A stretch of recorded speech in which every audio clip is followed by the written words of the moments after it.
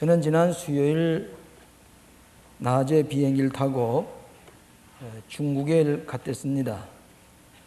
북경을 거쳐서 저 장춘 밤중에 내려서 거기서 다시 버스를 타고 2시간 반을 가서 길림이라는 곳에 가서 성전 봉헌 예배를 드리고 돌아왔습니다.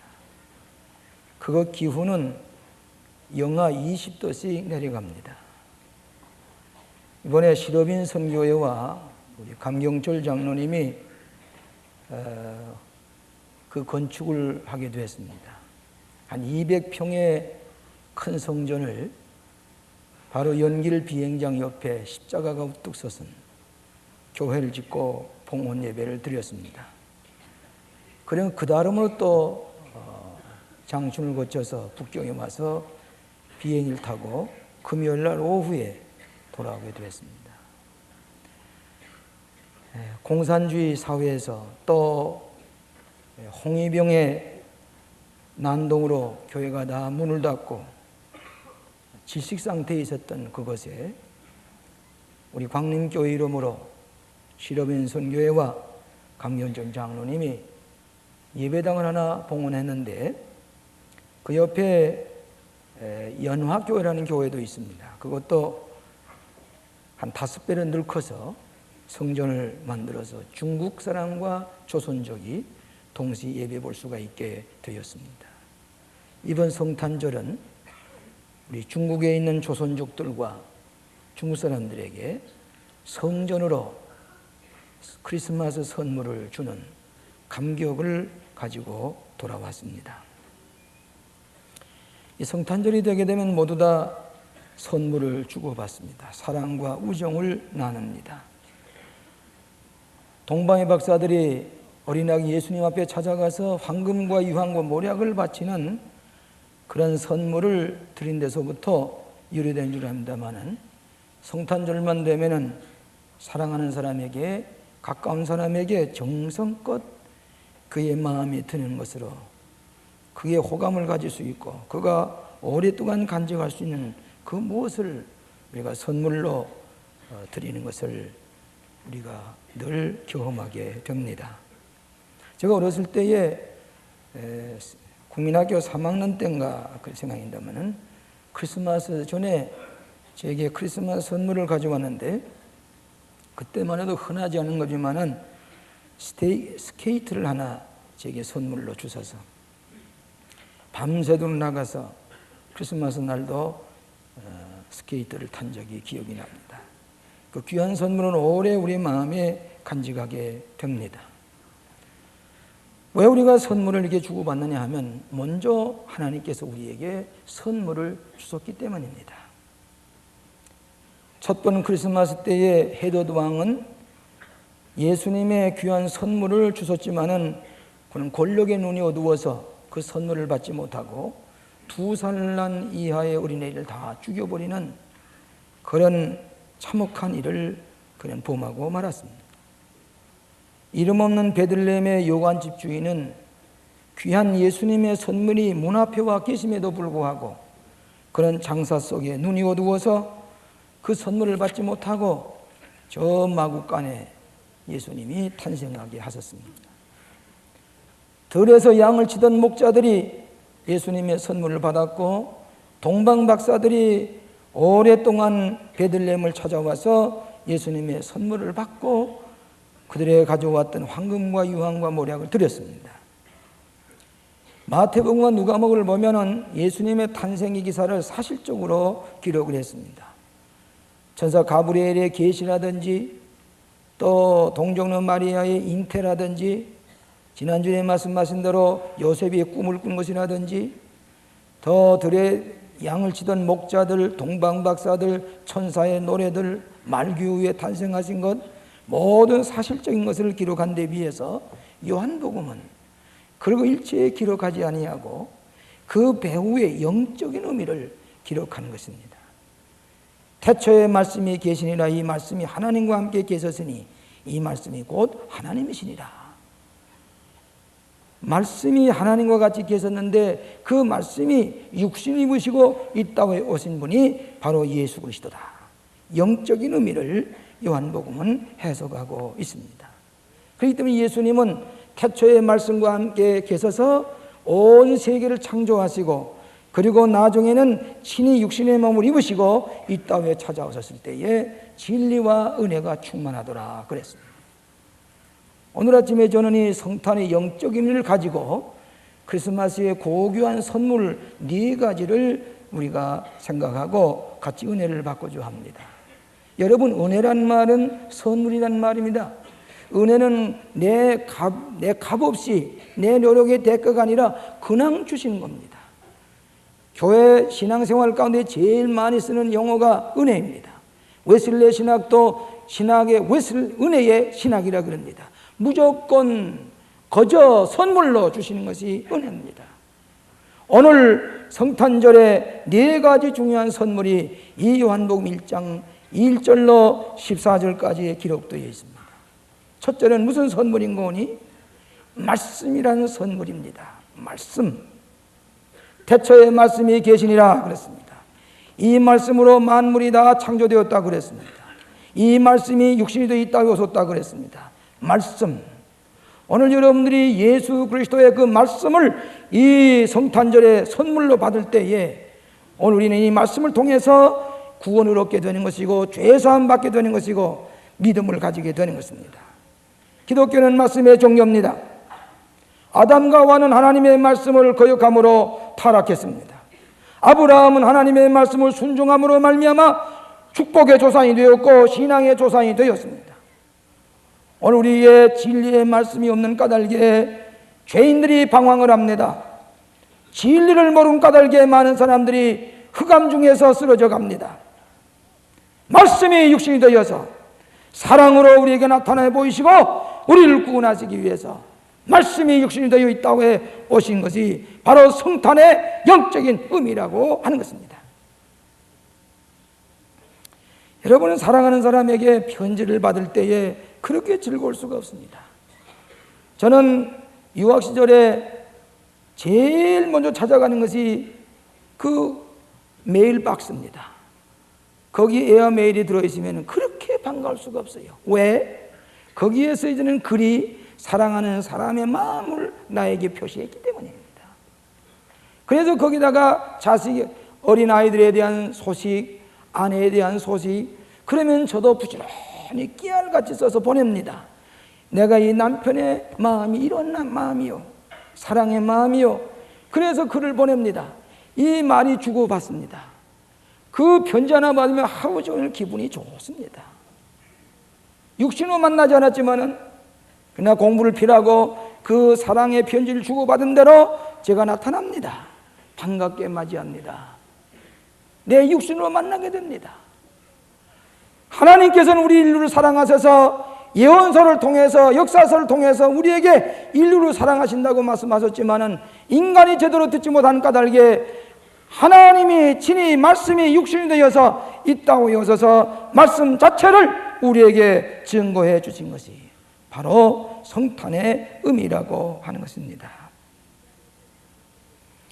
죄인이 방황하게 될 때에, 불안에 떨게 될 때에, 죽음 앞에서 우리가 고민하게 될 때에 이 하나님의 말씀을 읽음으로 말미암아 또 예수 그리스도를 만남으로 말미암아 우리가 새로운 구원을 얻게 되는 것, 이 참 기쁜 소식, 굿뉴스, 기쁜 소식, 기쁜 말씀이 예수님 친히 육신의 몸을 지고 이 땅에 오셔서 우리 가운데 거하심에 아버지의 독생자의 영광이요 은혜와 진리가 충만하더라.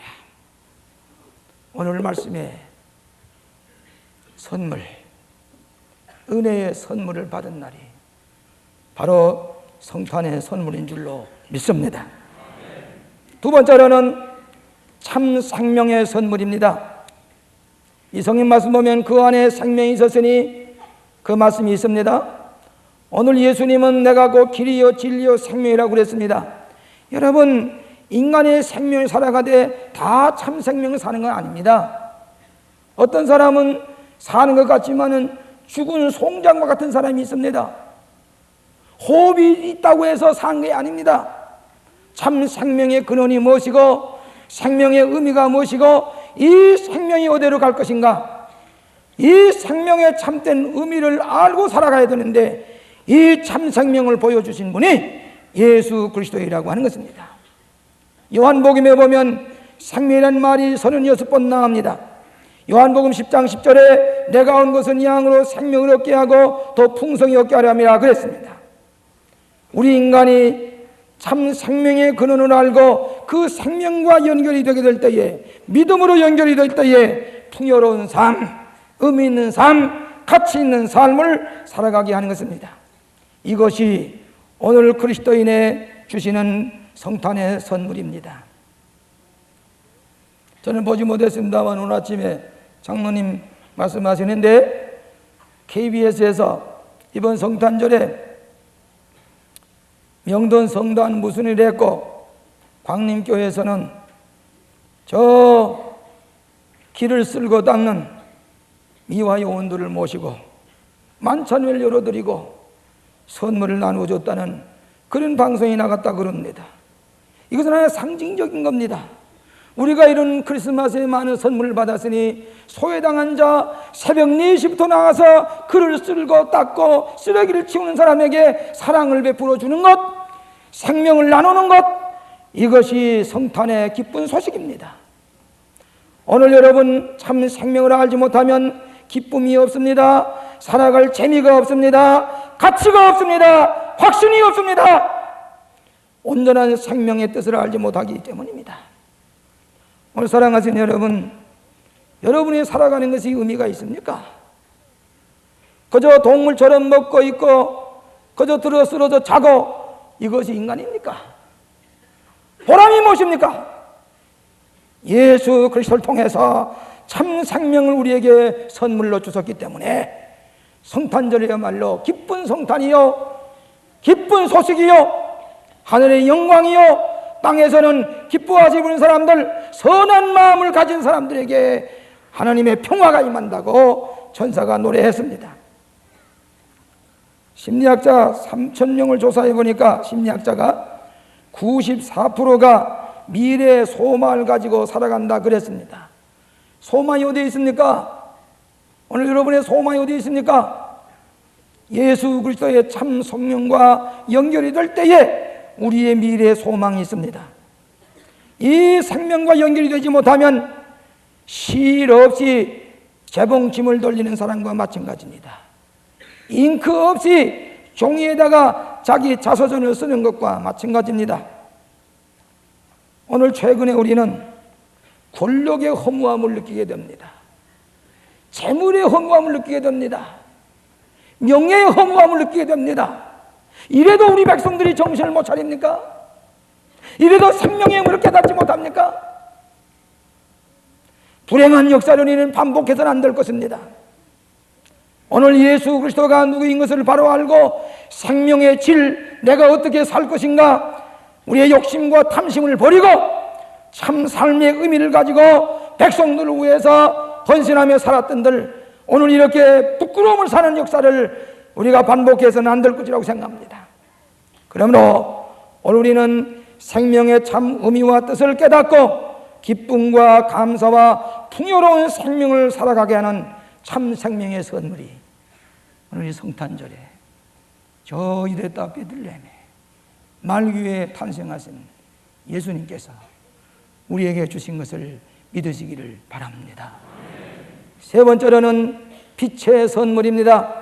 4절에 보면 이 생명은 사람의 빛이라 빛이 어둠에 빛이 돼 어둠이 깨닫지 못하더라 그랬습니다. 참 빛이 그 세상에 와서 각 사람에게 비치는 빛이셨나니 그랬습니다. 이사야서 9장 2절에 흑암에 행하는 백성이 큰 빛을 보고 사망에 그리는 땅에 거하는 자에게 빛이 비추니라 그랬습니다. 여러분이 빛이 없으면은 이 꽃도 필 수가 없습니다. 빛이 없으면은 동물도 생존할 수가 없습니다. 빛이 없으면은 인간도 살아갈 수가 없습니다. 얼마 전에 이웃에 있었던 상풍상가의 비극 속에서 우리가 흑암 중에 살던 사람이 15세 만에 11회 만에 처음으로 빛을 보게 될 때에 빛을 보지 말라고 타올을 2겹 3겹 가리고도 이 빛이 보고 싶어서 이것을 떨쳐버리고 빛을 바라보고 어머니 얼굴을 보고 싶어하는 이 빛, 오늘 이 세상에 참빛을 비치기 위해서 있다고 오신 분이 예수 그리스도입니다. 이기주의의 흑암 속에 사여있고 삶의 무의미 속의 흑암, 절망의 흑암, 미움과 시기의 흑암 속에 살고 있는 우리들에게 예수 그리스도께서 참빛으로 오셔서 우리에게 비춰낸데 어두움이 가로막지를 못합니다. 이 빛은 직선적입니다. 빛은 굽으로서 돌아가지 않습니다. 언제나 빛은 직선입니다. 의롭게 살고 바로 살려고 빛으로 우리에게 보여주었습니다. 빛은 살균 작용이 있습니다. 모든 악한 세력을 물리칠 힘이 빛에 있습니다. 빛은 치유의 작용이 있습니다. 앓는 사람에게 빛을 통해서 치유하게 됩니다. 뇌저광선을 통해서 우리의 수술을 합니다. 오늘날 우리들에게 이 참빛이 비춰지게 될 때에 우리로 하여금 바로 살게 하고 빛 가운데 살게 하고 모든 흑암을 물리치고 살균을 하고 치유를 받는 놀라운 역사가 예수 그리스도의 참빛을 통해서 이루어지게 되는 것입니다. 여러분, 캄캄한 밤중에 배가 항해하다가 풍랑을 만났습니다. 그때에 유일한 바라는 게 무엇입니까? 등대빛입니다. 멀리 등대가 반짝반짝하는 것을 보고 이 배가 그 빛을 향해서 갑니다. 방향을 정합니다. 이 빛은 태양빛에 의해서 그 에너지를 통해서 빛이 받쳐주는 겁니다. 이 빛을 바라보고 그 풍랑 중에 갈 것을 알지 못하는 이 배가 그 등대를 빛을 보고 가는 것처럼 흑암 중에 사는 우리들이 예수님의 빛, 예수님의 빛, 그 빛이 우리에게 소망이 되시고 우리에게 능력이 되시고 소망이 되는 것을 믿으시기를 바랍니다. 흑암 중에 사는 우리들에게 참 빛의 소망을 우리에게 주신 까닭에 이 성탄절은 우리에게 큰 선물로 축복해 주신 것입니다. 마지막으로 이 성탄은 능력의 선물을 주셨습니다. 영접하는 자 곧 그 이름을 믿는 자들에게는 하나님의 자녀가 되는 권세를 주셨으니 그랬습니다. 영접하는 자, 예수님을 영접하는 자라면 새로운 권능을 주시고 능력을 주셨다 그랬습니다.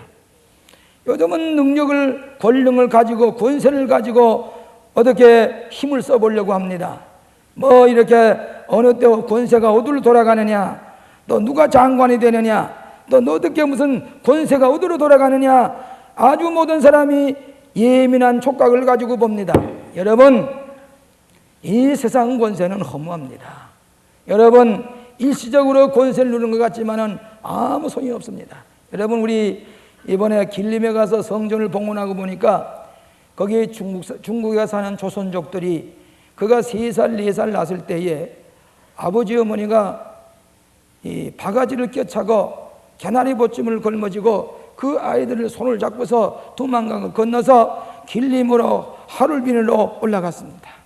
그럼 농사를 짓습니다. 이방 땅에 가서 중국 사람들에게 섞여 살면서도 그런 어려움을 당하면서 해방이 되었으나 고국 땅에 돌아오지 못하고 농사만 짓습니다. 저 쌀농사를 짓습니다. 그러면서 공산당이 들어왔습니다. 국민당이 들어왔다가 그때도 신앙의 자유가 있었지만은 공산당이 들어오면서 신앙의 자유가 없어졌습니다. 홍위병이 들어와서 교회 문을 다 닫았습니다.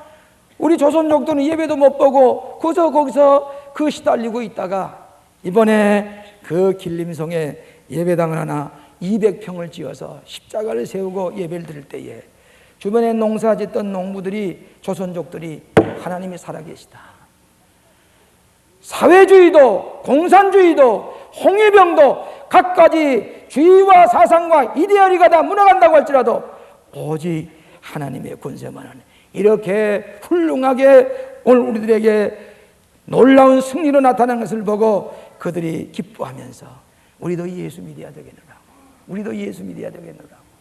길림성에 자그마치 한인들이, 한국 조선족들이 예배당이 몇이나 있습니까? 380개나 있습니다. 그 길림성에 조선족들이 예배당이 380개나 있다고 그래요. 놀라운 일입니다. 저희들이 갔을 때에 천사들을 맞이하는 것 같아요.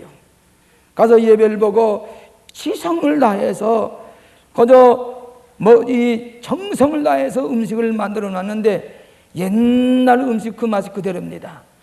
그러면서 잡수를 하고 천사들처럼 대접합니다. 그러면서 이렇게 우리에게 예배당을 지어줬으니 얼마나 고마우냐고. 크리스마스 선물을 그 외롭게 사는 영하 20도 30도 내려가는 그곳에서 농사를 지며 사는 조선족들에게 따뜻한 예수님의 사랑으로 예배당을 건축하고 그리고 그리스도의 사랑을 나누고 돌아올 때에 얼마나 보람이 있는지 알 수가 없습니다. 영하 20도나 내려가는데 버스를 타고 가는데 어떻게 추운지 말로도 알 수가 없어요. 그렇지만은 그 일을 보고들 어떻게 가슴이 뜨거운지 얼마나 기쁜지, 오늘날도 우리가 이렇게 축복을 받은 나라에서 그 공산세계 아직도 사회주의 국가에 예배당을 세워주는 놀라운 일을 시라빈 선교회와 우리 강명절 장로님이 앞장서서 피아노를 해주고 이 모든 마이크 시설을 하고 얼마나 깨끗하게 지었는지 알 수가 없어요. 그 예배당에 와서 중국 사람들이 300여 명이 와서 중국 사람들이 예배를 드리고 한국 사람들이 예배를 드리고 어떻게 기뻐하는지 알 수가 없습니다. 하나님의 권세입니다. 하나님의 권세.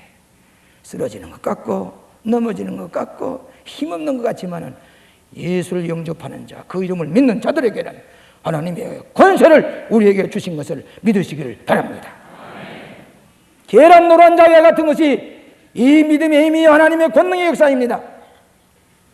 오늘 사랑하시는 여러분, 이 역사의 흔적을 보면서 소용돌이 속에서 과연 참된 권세가 무엇이냐 하는 것을 우리에게 보여주시기 위해서 예수님께서 이 땅에 오셔서 그 예수님을 영접하는 자는 하나님의 권세를 하나님께서 축복해 주심으로 얻게 된다고 말씀을 했습니다. 지난번 제가 볼티모어에 갔을 때에 미 해군사관학교를 구경시켜 준다고 어느 집사님이 차를 몰고 갔습니다. 옛날 한번 가본 적이 있습니다. 해군사관학교 가보니까 거기에 결혼식을 하려고 준비하는 사관생들도 있습니다. 그런데 제가 처음에 그 사관학교 갔을 때 주일날 예배를 보려는데 제일 많이 모인 데가 개신교입니다. 3층에 예배 처소에. 그 다음에 2층, 아래층에 1층에 캐톨릭 교회 미사 드린 데가 있고 지하에는 유태교에서 예배 드린 데가 있습니다. 근데 교장과 부교장이 개신교인인데 앞에 서서 있습니다. 사관생들이 정장을 하고 취주하게 맞춰서 걸어 들어갑니다.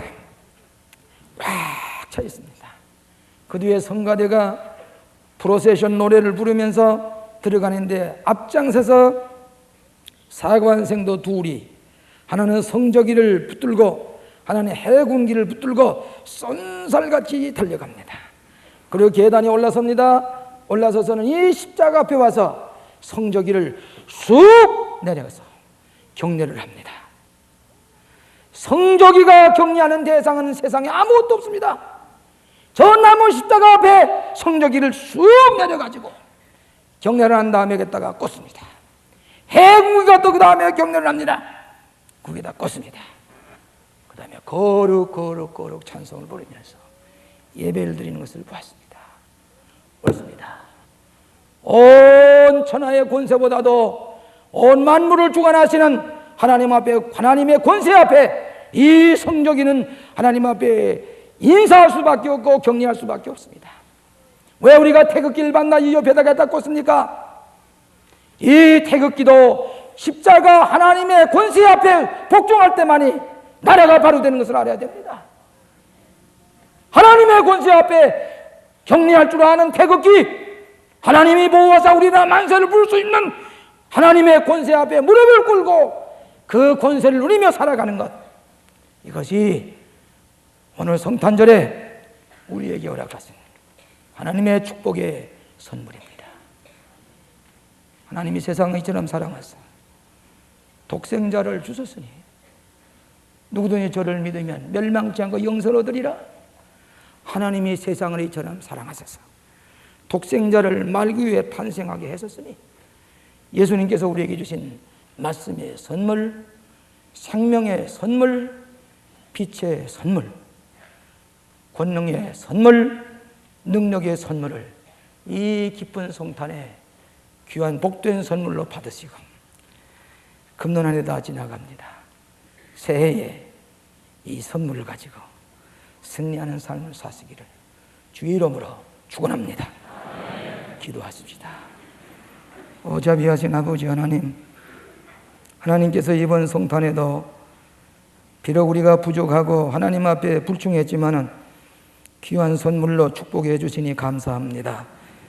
믿음으로 우리는 이 귀한 말씀을 가졌습니다. 참 생명을 얻었습니다. 흑암 가운데 빛을 찾았습니다. 하나님의 자녀가 되는 권세를 가지고 이 세상을 승리하며 이기며 나아갈 수 있게 하여 주시옵소서. 예수님 이름으로 기도합나이다.